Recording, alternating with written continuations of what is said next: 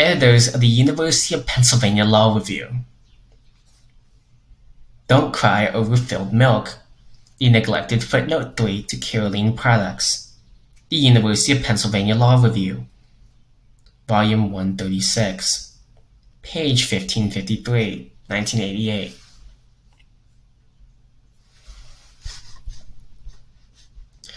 Membership on the Law Review is an invaluable learning experience, both in substantive law and in the skills of research, analysis, and expression. Recognition of the value of this experience by the legal profession generally makes membership on the Law Review a goal for most students. The famous Footnote 4 to United States versus Carolene Products Company has generated significant and plentiful scholarly discussion. The equally important Footnote 3 in Justice Stone's opinion, however, has not attracted as much attention from the academic community. This is an unfortunate oversight. Footnote 3 illustrates, in microcosm, many of the issues on the forefront of modern legal debate. It provides a starting point for an examination of the importance of footnotes in general to the world in which we live, for a study of the vital importance of dairy jurisprudence to the general field of bovine law, and by extension to American law, and for speculation that cozy assumptions as to the legal system's human origins may be sadly mistaken. Part 1 of this aside describes Footnote 3's contribution to the development of citation overkill in American law and the impending triumph of form over vulgar functionalism. Part 2 does not exist. Part 3 discusses Footnote 3's importance on legal interpretation as exemplified in the law of dairy products and the barnyard animals in general. Part 4 examines Footnote 3's origins and concludes that it was drafted by authorities hitherto ignored by respectable legal scholars. Part 1 toward the theory of deontological citational dialecticism, Footnote 3 and deconstructive footnote teleology. A. Citation. The sincerest form of flattery. Footnote 3 is divided into two parts. The first paragraph contains a discrete and independent branch of the footnote's constitutional theory. It reads, "There is now an extensive literature indicating wide recognition by scientists and dietitians of the great importance to the public health of butterfat and whole milk as the prime source of vitamins, which are essential growth-producing and disease-preventing elements in the diet." See Dr. Henry C. Sherman, The Meaning of Vitamin A in Science, December 21st, 1928, page 619. Dr. Evie McCollum et al., The Newer Knowledge of Nutrition, 1929 edition, pages 134, 170, 176, 177. Dr. A.S. Root, Food Vitamins, North Carolina State Board of Health, May 1931, page 2. Dr. Henry C. Sherman, Chemistry of Food and Nutrition, 1932, page 367. Dr. Mary S. Rose, Foundations of Nutrition, 1933, page 237. Thus, paragraph 1 is the source of the doctrine that scientists and dietitians recognize the importance of butterfat and whole milk to the public health. It is important for its modest ratio of 4 lines of text to 6 lines of citations. Paragraph 2, on the other hand, is the court's pinnacle citation overkill. When the Filled Milk Act was passed, 11 states had rigidly controlled the exploitation of filled milk, or forbidden it altogether. House Resolution 365, 67th Congress, first session. Some 35 states have now adopted laws in which, in terms, or by their operation, prohibit the sale of filled milk. The Alabama Agricultural Code, 1927, Section 51, Article 8. The Arizona Revenue Code, 1936 Supplement, Section 943Y. Pope's Arkansas Digest, 1937, Section 3103, Dealings California Code, 1933 Supplement, Title 149, Act 1943, page 1302, Connecticut General Statutes, 1930, Section 2487, 135, Delaware Revenue Code, 1935, Section 649, Florida Compendium of General Laws, 1927, subsections 3216 and 7676. The Georgia Code, 1933, Sections 42 through 511. The Idaho Code, 1932. Title 36, subsections 502 to 504. Jones, Illinois Statutes, Annals, 1937 Supplement, Sections 53.020, 1, 2, 3. Burns, Indiana Statutes, 1933, Sections 32 to 1203. The Iowa Code, 1935, Section 3062. The Kansas General Statutes, 1935, 65, Section 607. The Maryland Annals of Code, Article 27, Section 281. The Massachusetts Annal of Code of Laws, 1933, Section 17-A, 94. Michigan Compendium of Laws, 1929, Section 5358. Mason's Minnesota Statutes, 1927, Section 3926. Missouri Revenue Statutes, 1929, subsections 12408 to 12413. Montana Revenue Code, Anderson McFarland, 1935, 240, Section 2620.39. Nebraska Compendium of Statutes, 1929, Section 81 to 1022. New Hampshire Public Law, 1926, Version 1, 163, Section 37, page 619. New Jersey Compendium of Statutes, 1911 to 1924, Sections 81 to 8J, page 1400s. Cahill's New York Constitutional Laws, 1930, Section 61, North Dakota Compendium of Laws, 1913 to 1925. Police Code, 38. Section 2855. Subsection A1. Pages Ohio General Code. Section 12725. Prudhon's Pennsylvania Statutes, 1936, Title 31. Subsections 553 and 582. South Dakota Compendium of Laws, 1929, 192, Sections 7926-0. Page 2493. Williams Tennessee Code, 1934, 15, subsections 6549 and 6551. Burden's Texas Penal Code, Title 12, 2, Article 713A. Utah Revenue Statutes, 1933, subsections 3-10-59, 3-10-60. Vermont Public Law, 1933, Title 34, 303, Section 7724, page 1288. Virginia 1936 Code, Section 1197C. West Virginia 1932 Code, Section 2036. Wisconsin Statutes, 11th edition, 1931, 98. Section 98.07, page 1156. New Mexico Annal of Statutes, 1929, subsections 25 to 104, 25-108.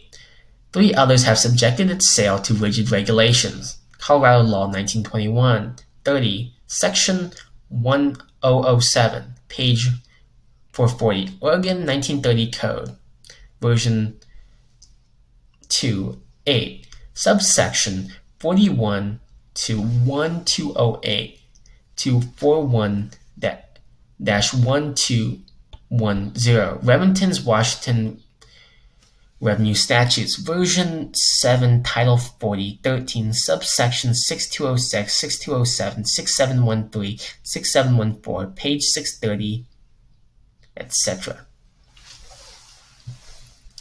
Footnote 3 is an extraordinary display of raw citation power. Although the statutory citations in paragraph 2 serve some function by telling the reader which states have controlled the sale of filled milk, the sheer volume of citations, unnecessary to support or clarify any argument in the opinion's text, represents a breathtaking dominance of form over function. Analysis of footnote 3 demonstrates why it, or any footnote, matters. Legal citations, especially in the form of footnotes, deserve scholarly attention for several reasons. But in order to engage with such study, one must distinguish between academic and judicial footnotes. In legal periodicals, footnotes differentiate one piece of work from the mass of other available literature. Footnoting has evolved from primitive origins and use as a pure reference into an artistic and abstruse discipline that functions as a subtle yet critical influence in the determination of promotion, tenure, and professional status. See Austin, Footnotes as Product Differentiation. Redlich Law Review, Volume 40, pages 1131 and 1135. 1987, Footnotes Omitted. A footnote can also contain information useful in understanding the body of the work, or it can suggest the absence of useful information in the text. In a judicial opinion, a footnote can provide doctrinal guidance for future courts, or, like in Carolene Products' famous footnote 4, it can cause confusion in the lower courts and spawn a new jurisprudence, or it can simply cause parties a lot of trouble. One court opined that a judicial footnote is as important a part of an opinion as a matter contained in the body of the opinion, and has like binding force and effect. Courts have been less respectful of academic footnotes. Witness the First Circuit's audacious suggestion that Professor Lawrence Tribe's billing of $5,500 for 20 hours' work preparing an 18-line footnote for a brief was excessive. How Life Imitates the Bluebook. In the final analysis, footnotes are important mainly when they guide the reader to authority for a shared proposition. Citation is the highest form of legal discourse. It has a history as long and rich as that of the law itself. The first codification of rules for legal citation occurred as early as the late 15th century. It is no coincidence that Europe's Renaissance was as contemporaneous with the rise of legal citation manuals. The civilizing influence of citation systems reached its highest point with the development of a uniform system of citation, the Bluebook.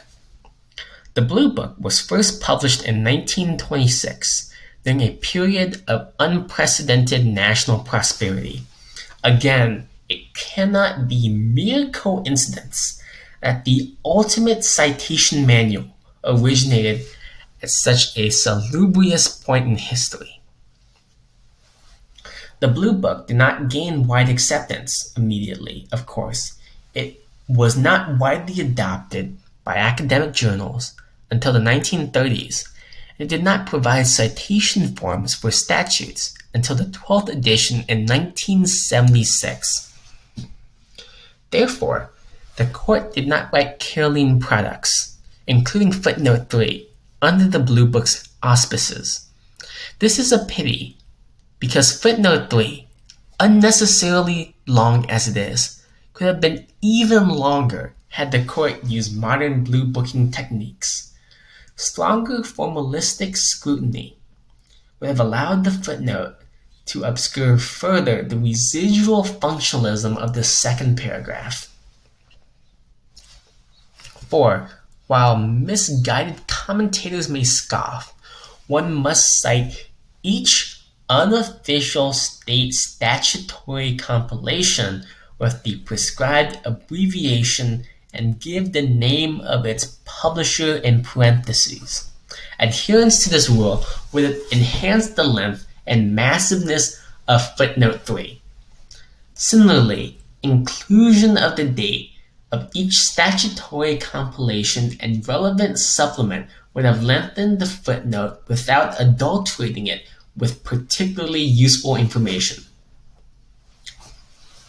For example, if modern bluebooking techniques were used, the statement Maryland Annals Code, Article 27, Section 281 would read Maryland Annal of Code, Article 27, Section 281, 1924. And if footnote 3 were written today, the same statute would be cited Maryland Health General Code, Annals, Section 21-1210, 1987. The addition of different typefaces within the same citation lends an element of welcome unreadability to modern footnotes.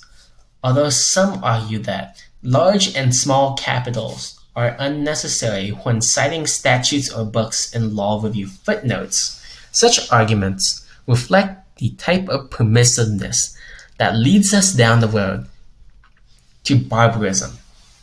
Ever since Gutenberg printed the Bible, hard-to-produce typefaces have represented advances in Western civilization. See, if we will not cite ourselves, who will cite us? As demonstrated, footnote 3 is a fine model for studying the triumph of form over mere function in footnotes, but it is also a good example of how to pad the amount of support for an assertion. Footnote 3 contains voluminous citations in support of two factual statements. This highlights the critical importance of providing support for as many assertions as possible, no matter how self-evident many of them may seem. Respected federal judges have scoffed at the modern habit of documenting the most innocuous assertions, but they fail to recognize that the more propositions that need documentations, the more sources that can be cited. Decreasing the number of footnotes would rob many legal publications of their raison d'etre, being cited. Part 3.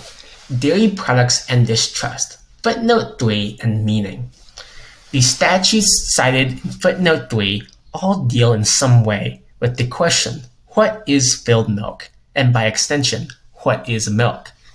Footnote 3 symbolizes the key to understanding law, interpreting terms. Unless there is common understanding, there can be no communication. And without communication, there can be no informed debate or adversarial process. Defining the operative words is crucial to legal analysis. As one legal scholar put it, all words are different.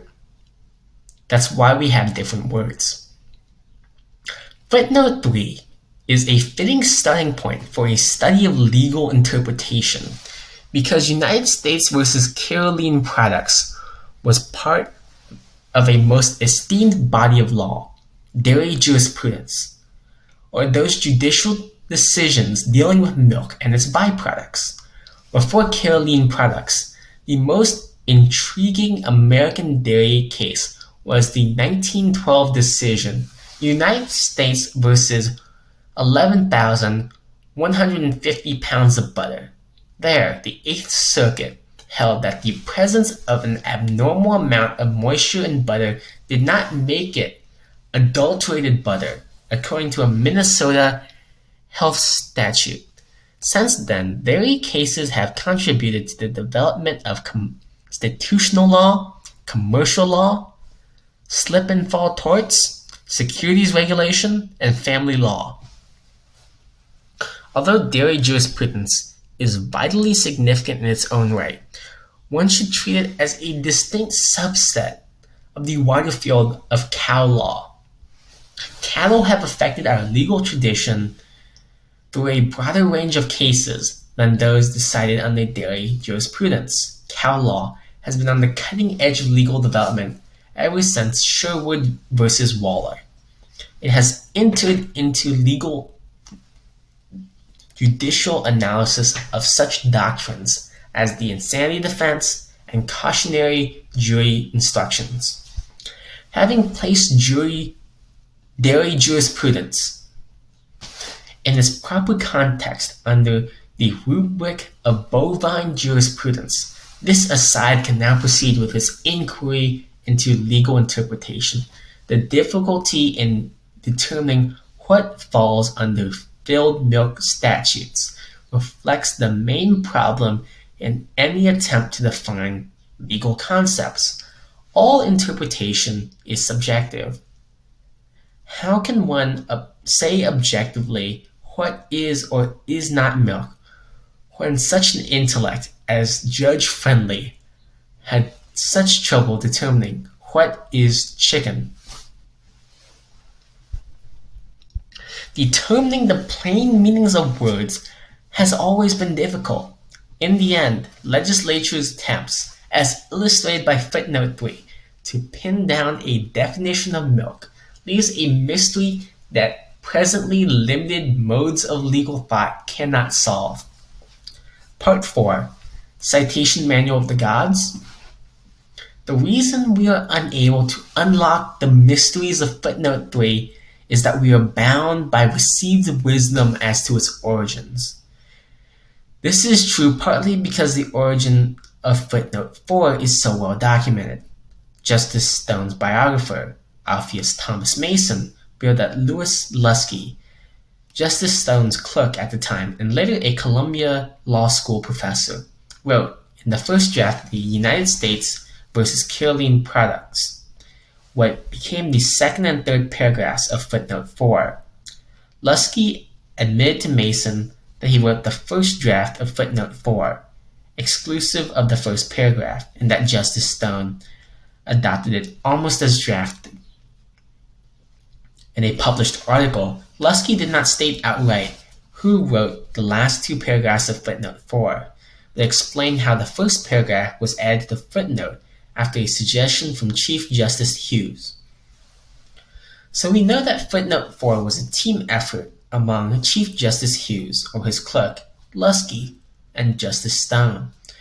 The sources that discuss the origins of footnote 4, however, are suspiciously silent about the genesis of footnote 3. What accounts for this conspiracy of silence? Who wrote footnote 3? Was it Justice Stone, Chief Justice Hughes, Louis Lusky, a combination of the three, or super-intelligent astronauts from another world? Footnote 3 is an orgy of legal citation. Accordingly, for evidence about its origins, we should look to the original authors of the Bluebook. Only one so impressed with citation and ponderous documentation could have produced such a footnote. Legal literature is fortunately rife with cases as to the Bluebook's true origin. Judge Richard Posner has written that the pyramids in Egypt are the hypertrophy of burial. The hypertrophy of law is the Bluebook. Judge Posner may, For once, be onto something. These same entities responsible for the pyramids are probably responsible for the advent of the Bluebook. The Egyptian pyramids were, according to strong evidence, actually built by extraterrestrials as navigational aids. Experts in the subject agree that many phenomena, mysterious to the ancients, were caused by the arrival on Earth of an advanced race with technology beyond human understanding. The Bluebook almost certainly came from such a source. Like the technology of the ancient astronauts, the Bluebook is puzzling to all but an anointed few, who are probably not entirely human, to whom mysteries are revealed. Who but a truly advanced race would have taken for granted that the title of the Journal of College and University Law would be abbreviated J.C. and U.L. Only a population with intelligence far greater than our own would have produced a citation manual that requires its own instructional guide. Evidence of the extraterrestrials' presence permeates the annals of legal history. For example, what was Justice Holmes' brooding omnipresence in the sky? Could it have been the Bluebook authors, watching over us? And what was Justice Stewart talking about when he mentioned the orbit of the common law? Although some justices might try to cover up their knowledge of the cosmos by pretending, for example, that the substance of the Milky Way is unknown, the truth is visible to those who have the courage to look for it. The fact that the Bluebook is the universally accepted standard for citations reveals its extraterrestrial origin. The Bluebook has yet to conquer the entire world of law, and its rules still leave uncertain the citation of particular sources. Only recognition of the special origins of the Bluebook and of Footnote 3 will cause such a conquest to remedy such ambiguities. Only then can we live up to the imprecation of the ancient philosophers, verba tenere, res sequitur.